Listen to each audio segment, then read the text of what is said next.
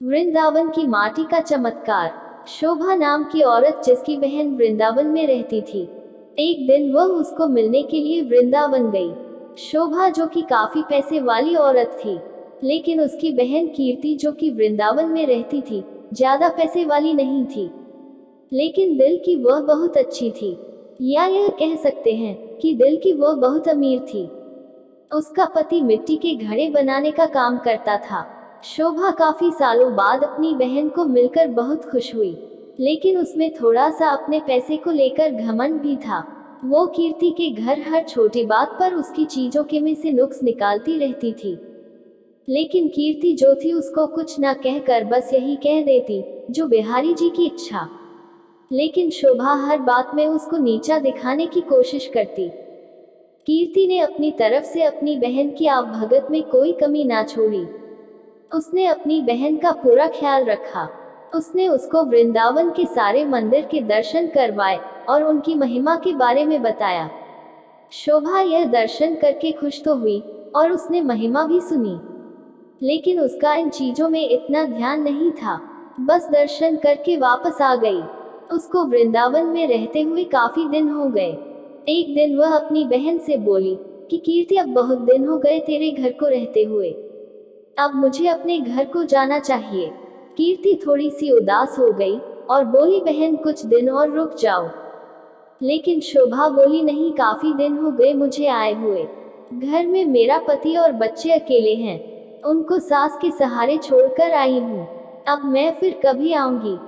जब शोभा वापस जाने लगी, कीर्ति जो कि शोभा की बड़ी बहन थी, तो उसने अपनी छोटी बहन को उपहार स्वरूप मिट्टी का घड़ा दिया।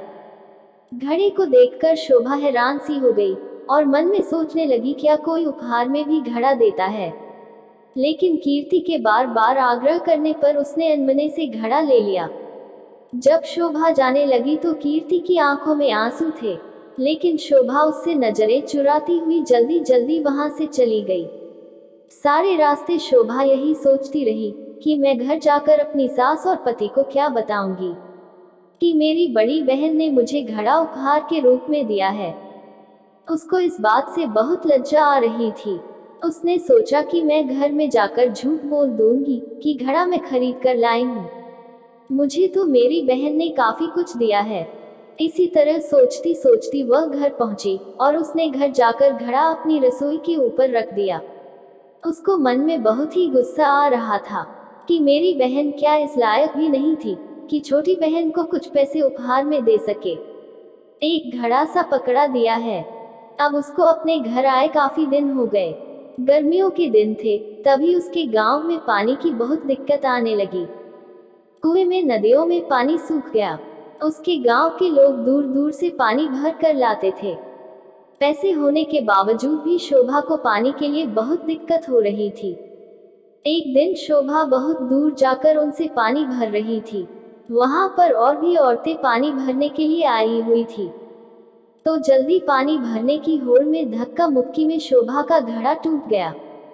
शोभा दूसरी औरतों पर चिल्लाने लगी, यह आपने क्या किया? बड़ी मुश्किल से तो मैंने पानी भरा था, आप लोगों ने धक्का मुक्की करके मेरा घड़ा तोड़ दिया है। अब वह उदास मन से घर को आई। अब उसके पास कोई और दूसरा बर्तन भी नहीं था पानी भरने के लिए। तभी अचानक उसको अपनी बहन के दिए हुए घड़े की याद आई, तो उसने रसोई के ऊपर से घड़ा उतारा और फिर चल पड़ी बड़ी दूर पानी भरने के लिए। जब कुएं पर पहुंची, अभी भीड़ कम हो चुकी थी। वह घड़े में पानी भरकर घर लाए। तभी उसका पति खेतों से वापस आया। गर्मी अधिक होने के कारण वह गर्मी से बेहाल हो रहा था और आकर कहता, शोभा क्या घर में पानी है? क्या एक गिलास पानी मिलेगा?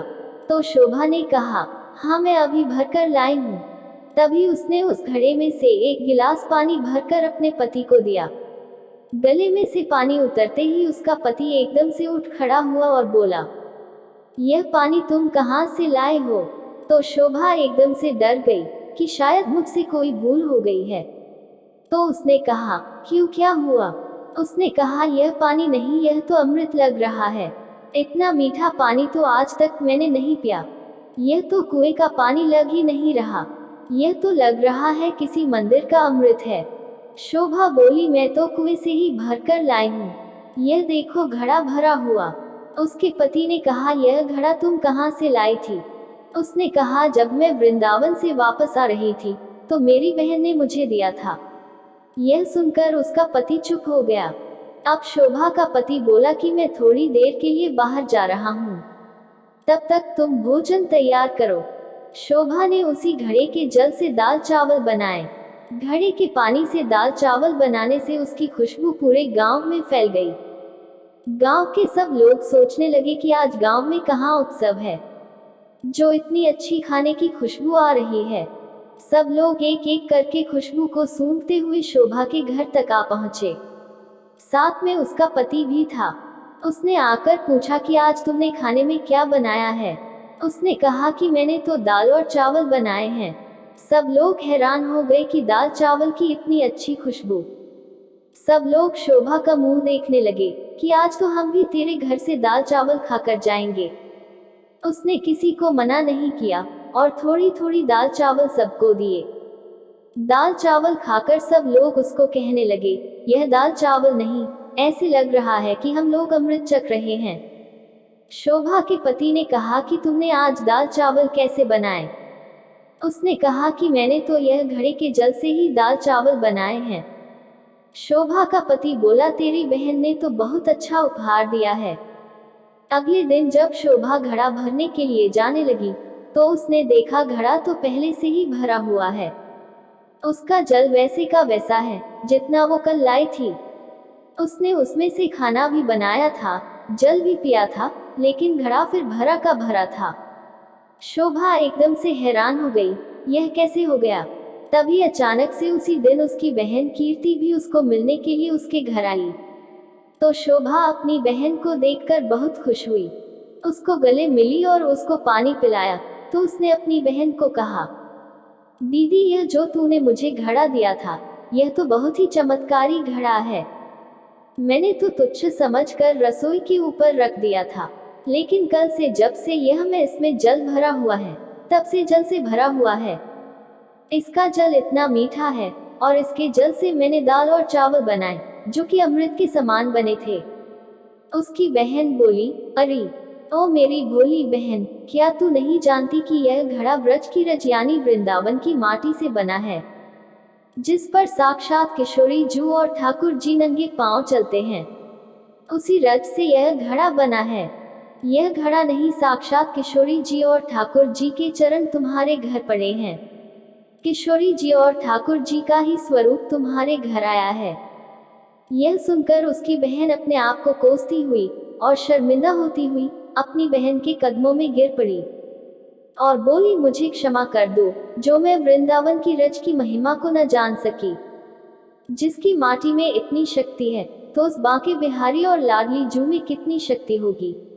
मैं अज्ञानी मूर्ख न जान सकी। मुझे ब्रज की रज की महिमा और उसकी महत्वता का नहीं पता था। मुझे क्षमा कर दो। उसकी बहन उसको उठाकर गले लगाती हुई बोली कि बहन, किशोरी जी और ठाकुर जी बहुत ही करुणा अवतार है। तुम्हारे ऊपर उनकी कृपा थी जो इस घड़े के रूप में, इस रज के रूप में तुम्हारे घर पधारे। शोभा बोली, बहन, तुम्हारे ही कारण मैं धन्य हो उठी हूँ। तुम्हारा लाख लाख धन्यवाद। यह कहकर दोनों बहनें आंखों में आंसू भरकर एक दूसरे के गले लगकर रोने लगी।